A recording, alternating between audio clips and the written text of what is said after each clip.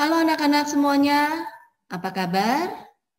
Ibu harap kalian semua dalam keadaan sehat semuanya.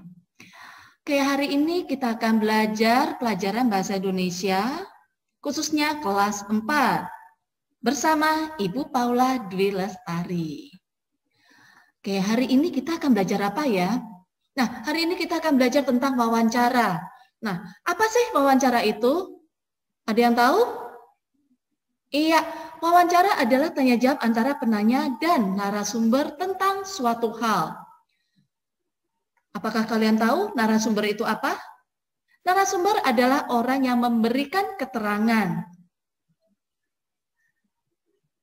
Pada wawancara ada bagian-bagian yang harus kita perhatikan. Di antaranya adalah ada narasumber, ada pewawancara, ada kalimat sapaan, pembuka wawancara, tema wawancara, isi wawancara, dan penutup wawancara. Di sini kita akan membahas satu persatu. Oke? Nah, sebelum mewawancarai, apa yang harus kita persiapkan? Yang pertama adalah membuat janji. Mengapa? Tanpa janji kita tidak bisa. Takutnya nanti jika orang tersebut ada keperluan dan tidak bisa kita wawancarai. Kemudian, jangan lupa mempersiapkan daftar pertanyaan. Fungsinya untuk apa ya? Fungsinya adalah untuk membuat kita lebih mudah bertanya. Poin-poin apa saja yang akan kita tanyakan.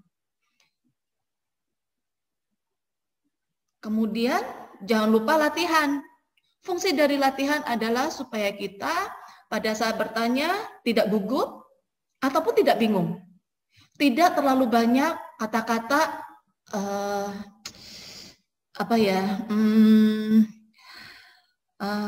nah, jika kita mewawancarai seseorang dengan banyak ekspresi aduh, nah itu berarti kita tidak siap, ya. Orang yang kita mewawancarai akan berpikir bahwa wah, yang mau mewawancarai ini sepertinya tidak profesional ya.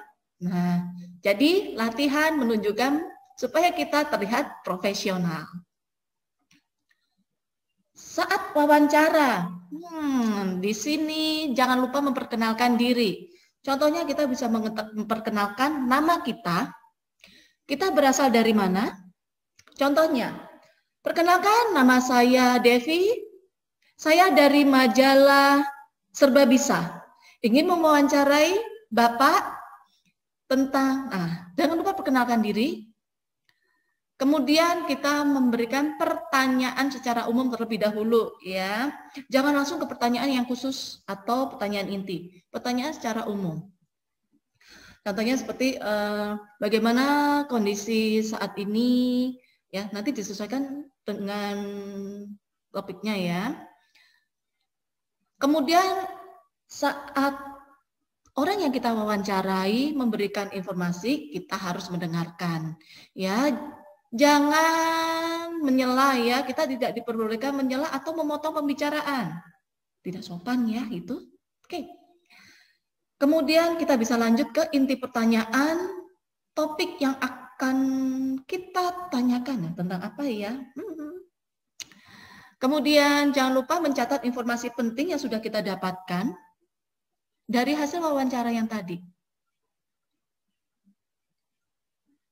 Setelah wawancara, jangan lupa mengucapkan terima kasih. Terima kasih atas kesempatan yang sudah diberikan. Terima kasih sudah mau diwawancarai untuk dapat menginspirasi orang lain. Nah, kata terima kasih ini seperti kita itu mengucapkan bahwa mereka itu sangat menginspirasi atau ilmu yang diberikan kepada kita itu bermanfaat, ya. Kemudian jangan lupa mengatakan kata maaf juga. Kenapa kita harus mengutarakan kata maaf? Dikarenakan kemungkinan ada pertanyaan ataupun jawaban kita yang menyinggung perasaan, ya.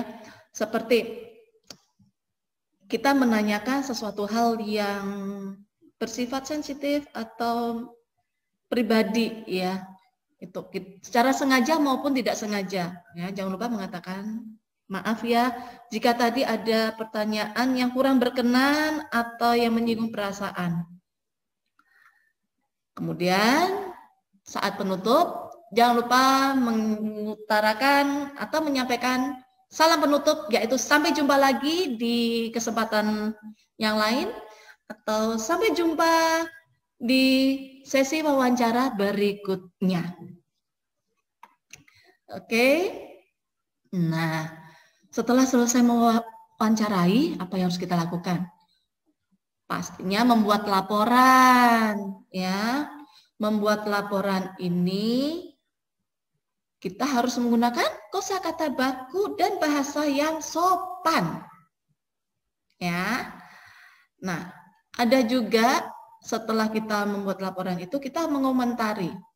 Fungsi dari mengomentari adalah apakah isi laporan dengan tema yang kita sudah susun tadi itu sesuai ataukah tidak. Ya. Nah, sampai sini apakah ada yang mau bertanya? Ibu harap kalian semua sudah paham ya, dapat memahami materi ini dengan baik. Oke, sekian dulu materi kita tentang wawancara. Sampai jumpa lagi di sesi materi berikutnya. Dadah.